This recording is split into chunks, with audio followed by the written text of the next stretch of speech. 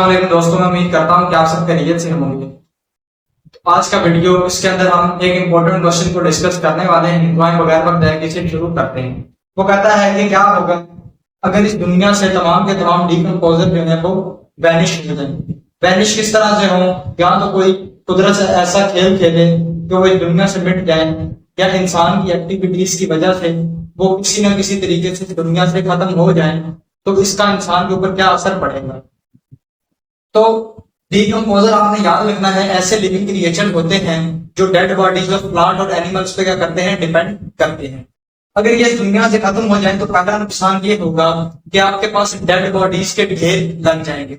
अब जाहिर बात है, इनकी खुराक है आप लोगों के पास गले सड़े पत्ते, उसके अलावा आपके पास लिटर हो गया, उसके बाद एनिमल का वेस्ट हो गया, उसके बाद एनिमल की डेड बॉडी हो गई, उसके बाद गले सड़े प्लांट हो गए।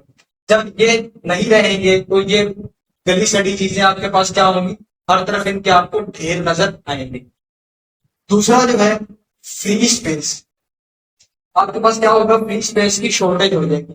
जाहिर बात है, जब हर तरफ आपको गंदगी गलाजत के ढेर नजर आएंगे तो जाहिर बात है उन्होंने जगह कवर करनी है, तो आपके पास क्या होगा, जगह की कमी हो जाएगी। दूसरा आपके पास पोल्यूशन भी बढ़ेगा, क्लियर है। और तीसरा आपके पास बदबू वगैरह भी पैदा होगी, जिससे आपको सांस लेने में भी दुश्वारी पेश आ सकती है। उसके बाद आपके पास आता है न्यूट्रिएंट्स आर नॉट रिसाइकल। जाहिर बात है, जो प्रोड्यूसर है वो किसी ना किसी तरीके से इनडायरेक्टली इन्हीं डीकम्पोजर पे डिपेंड कर रहे हैं। अब न्यूट्रन आपके पास ऐसे केमिकल कंपाउंड्स होते हैं जो कि इंसानी बॉडी को फंक्शन करने के लिए जरूरी होते हैं, और ये क्या करते हैं, ये फूड के अंदर प्रेजेंट होते हैं। अब जब न्यूट्रिएंट रिसाइकल ही नहीं होंगे, जब रिसाइकल ही नहीं हुए, तो उनको यूज करना क्या है, नामुमकिन है। इसीलिए ये बहुत जरूरी है कि डीकम्पोजर आपके पास एग्जिस्ट करे, क्लियर है। अब नाइट्रोजन जो है वो लाकअप हो जाएगा।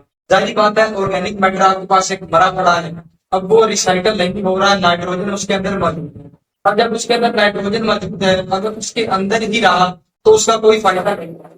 क्या होता है, आपके पास दर हकीकत में जो डीकम्पोजर है यही इस नाइट्रोजन को क्या करते हैं, सोइल के अंदर ट्रांसफर करते हैं। अब जब ये सोइल के अंदर ट्रांसफर नहीं होगा, यानी कि पौधे को ये मुनासिब मिकदार में नहीं मिल रहा, तो पौधा अपनी खुराक बनानी या तो स्लो करेगा या बिल्कुल छोड़ ही देगा।